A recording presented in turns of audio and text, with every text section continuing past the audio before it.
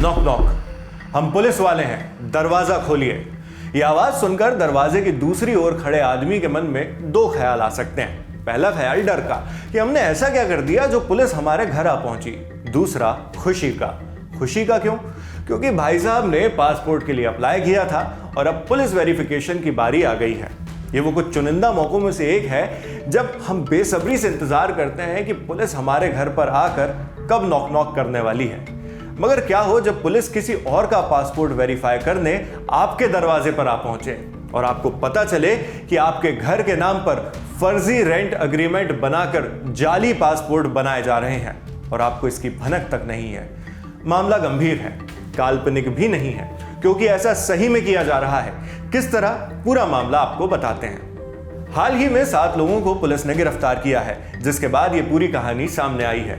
वो कहानी जिसका देश काल वातावरण भले ही यूपी के गौतम बुद्ध नगर में मौजूद हो, मगर ये हमारे इर्द गिर्द भी हो सकता है। कहानी के कुछ पात्र हैं जिनसे परिचय करवाते हुए हम आपको पूरी घटना का विवरण देते हुए चलते हैं। पहले 2 किरदार हैं, एस विनोद कुमार और संजीत डे। दोनों अंडमान निकोबार के रहने वाले हैं, मगर ग्रेटर नोएडा में रहते हैं। यहाँ वो हांगकांग की एक कंपनी में काम करते हैं जो कुछ दिनों में दुबई में एक बड़ा इवेंट करवाने वाली है। विनोद और संजीत दोनों को वहां जाने का एक्साइटमेंट है, मगर दिक्कत यह है कि उनके पास पासपोर्ट नहीं है। और अगर आपने कभी पासपोर्ट बनवाया है तो आपको पता ही होगा कि ये कितनी बड़ी दिक्कत है। लोग पापड़ बेलते रहते हैं, लेकिन पासपोर्ट प्रक्रिया चलती अपनी ही रफ्तार से है। 1-1.5 महीने से पहले पासपोर्ट आने की तो उम्मीद ही मत रखिए। यहाँ स्टैंडर्ड पासपोर्ट की बात हो रही है, तत्काल वाले की नहीं। इसी वजह से विनोद और संजीत को चाहिए था इंस्टेंट मैगी वाला नुस्खा जो 2 मिनट में पासपोर्ट बनवा कर दे दे। दूसरी समस्या यह भी थी कि उनका आधार कार्ड वाला पता अंडमान निकोबार का था। अब वो नोएडा में इस पते के साथ कैसे पासपोर्ट का आवेदन दें? तो उन्हीं के सहकर्मी शुभांकर ने उन्हें बताया कि महागुन मार्ट में सचिन जौहरी नाम का एक आदमी है जो आपकी सारी समस्याओं का हल करके फटाफट पासपोर्ट बनवा कर दे देगा। इसलिए वो लोग सचिन जौहरी के पास पहुंचे। अब सवाल उठता है कि सचिन जौहरी के पास ऐसा कौन सा फॉर्मूला है जो वो इतनी लंबी प्रोसेस को तेजी से निपटा देगा? जवाब है फर्जी रेंट अग्रीमेंट। सचिन जौहरी ने अंडमान निकोबार के रहने वाले एस विनोद और संजीत डे को फर्जी रेंट अग्रीमेंट बनवाकर दे दिया। उनका नया फर्जी पता था golf homes, sector 4, greater Noida west, Gautam Buddh Nagar, UP. इसी फर्जी रेंट अग्रीमेंट का इस्तेमाल करके सचिन जौहरी ने दोनों ग्राहकों के ऑफिशियल डॉक्यूमेंट्स में एड्रेस बदलवा दिए। उसने कथित रूप से इसी नए पते के मुताबिक दोनों के नए आधार कार्ड बनवाए, नए पैन कार्ड बनवाए। इन्हीं डॉक्यूमेंट से फिर नया बैंक अकाउंट भी खुलवा गया। सारे जाली दस्तावेज तैयार कर लेने के बाद सचिन ने विनोद और संजीत के नाम से पासपोर्ट के लिए ऑनलाइन एप्लीकेशन दायर कर दिया। विनोद और संजीत ने दावा किया कि इस काम के लिए सचिन ने उनसे 15 हजार रुपए लिए थे। इसी ऑनलाइन पासपोर्ट एप्लीकेशन के लिए काम करते हुए पुलिस वेरिफिकेशन करने पहुंची थी। यह सब जान लेने के बाद फिर से 2 सवाल उठते हैं। पहला तो ये कि इतनी आसानी से फर्जी रेंट एग्रीमेंट बन कैसे गया, जबकि उसकी एक कानूनी प्रोसेस होती है। और दूसरा सवाल ये कि एप्लीकेशन को वेरीफाई करते वक्त पासपोर्ट अथॉरिटी को ये पता कैसे नहीं चला कि इसमें कुछ गड़बड़ है और बिल्कुल तेजी से इसकी प्रोसेस पुलिस वेरिफिकेशन तक पहुंच गई। पहले सवाल का जवाब देते हैं। पुलिस से मिली जानकारी के मुताबिक इसमें सचिन की कुछ लोग मदद करते थे। वीरेंद्र कुमार गर्ग नाम के एक नोटरी ने सचिन जौहरी को अपने जाली ब्लैंक ऑथराइजेशन लेटर दे रखे थे। सचिन जौहरी ने पूछताछ में बताया कि इस प्रकार दुर्गेश कुमार नाम का एक शख्स भी वीरेंद्र के नाम से फर्जी नोटरी तैयार करता था। इसी के जरिए वो लोग ग्राहकों के लिए फर्जी रेंट अग्रीमेंट उपलब्ध करवाते थे। वीरेंद्र कुमार गर्ग की नोटरी वाली सील भी इनके पास थी और ये लोग उसके फर्जी साइन भी करते थे। इन्हीं का इस्तेमाल वो लोग अग्रीमेंट बनाने में करते थे और यूं बनाए जाते हैं पासपोर्ट के लिए फर्जी रेंट अग्रीमेंट।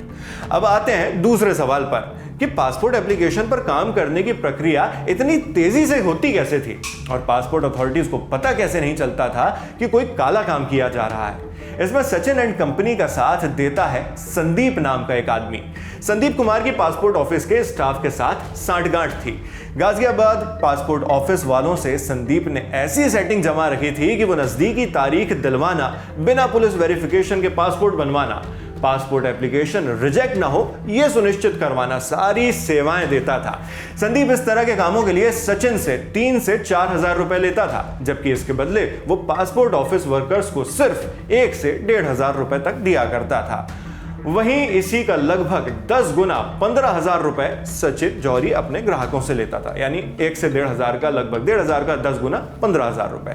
पुलिस को सचिन और संदीप के बीच इस लेन देन के व्हाट्सएप चैट्स और ऑनलाइन ट्रांजैक्शन भी मिले हैं। इस तरह से ये पूरा खेल चल रहा था। हालांकि ये खेल तब पकड़ में आया जब 21 नवंबर को विनोद और संजीत के पासपोर्ट वेरिफिकेशन के लिए नोएडा पुलिस फर्जी किराए वाले एड्रेस पर पहुंची। अगर पुलिस वेरिफिकेशन करने न पहुंचती तो हो सकता था कि इस तरह यह खेल आगे भी चलता रहता, क्योंकि पासपोर्ट बनवाने के जिस रास्ते का ये लोग इस्तेमाल करते थे उसमें पासपोर्ट पहले बन जाता था और पुलिस वेरिफिकेशन बाद में होता था। 1 से 1.5 हफ्ते के अंदर ये लोग पूरी प्रक्रिया को अंजाम देकर पासपोर्ट हासिल कर लेते थे। अब इस पर पुलिस ने क्या एक्शन ले लिया है, इस बात की जानकारी दी है सेंट्रल नोएडा के डीसीपी शक्ति मोहन अवस्थी ने। विद इन अ वीक ये लोग तत्काल में पासपोर्ट इशू कराते थे और उसके बाद पोस्ट फैक्टो पुलिस वेरिफिकेशन होता था, मतलब पुलिस वेरिफिकेशन पासपोर्ट इशू होने के बाद ये लोग कराते थे और इसके बीच में ये लोग इस पासपोर्ट से कई बार देश छोड़ के भाग जाते थे या आपराधिक गतिविधियों को अंजाम देते थे। इसमें टोटल 7 लोगों की गिरफ्तारी हुई है। इन लोगों का मेन काम यह है कि ये लोग नोटरी को मिसयूज करते थे और इनमें से कुछ लोग एक सरकारी वेबसाइट है, इसका नाम डिजी सेवा है, उसका लाइसेंस लेकर ये लोग पासपोर्ट अप्लाई करते रहते थे। इसमें जो मेन अभियुक्त है उसका नाम है सचिन जौहरी। उसके पास से पिछले 6 महीने में 120 ऐसे पासपोर्ट की हमें सूची मिली है। एक पासपोर्ट हमको बरामद भी हुआ है जो गलत एड्रेस पर बना हुआ है। इसके द्वारा बताया गया कि पिछले 2 साल में इसके द्वारा ऐसे करीब 500 पासपोर्ट अप्लाई किए गए हैं और बनाए गए हैं, जिसमें करीब 100 पासपोर्ट ऐसे बनाए हैं इसके अकॉर्डिंग जिसमें जो एड्रेसेस हैं वो इन फर्जी रेंट एग्रीमेंट के नाम पर और फर्जी एड्रेसेस पे जो आधार है या फर्जी एड्रेसेस पे जो बैंक अकाउंट है उनके सहायता से खोले गए। यहां ध्यान देने वाली बात एक और भी है कि यह धोखाधड़ी सिर्फ इतनी सी नहीं है कि फर्जी रेंट एग्रीमेंट बनवा लिया और मकान मालिक के साथ धोखा कर दिया। नहीं, ये एक पूरा स्ट्रक्चर्ड क्राइम है, संरचित अपराध, जिसमें आधार कार्ड अथॉरिटीज को बेवकूफ बनाया जा रहा है, बैंक के साथ धोखा किया जा रहा है और पासपोर्ट अथॉरिटीज के साथ भी गैर कानूनी काम किया जा रहा है। षड्यंत्र का ये एक पूरा खेल है जिसमें बहुत सी स्टेप्स हैं, बहुत से किरदार हैं और ये पूरा खेल सरकार के अलग अलग विंग्स के खिलाफ चल रहा है।